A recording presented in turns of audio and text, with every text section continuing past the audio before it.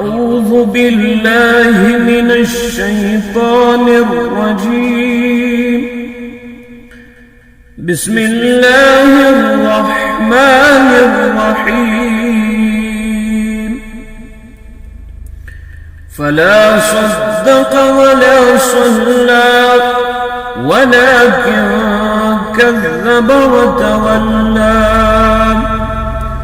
ثم ذهب إلى أهله يتمطى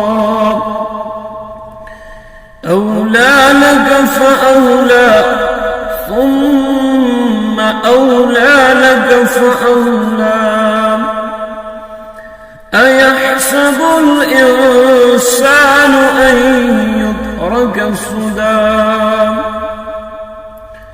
ألم يكن نطفة من مني يمنى ثم كان علقة فخلق فسوى فجعل منه الزوجين الذكر والأنثى أليس ذلك بقادر على أن يحيي الموتى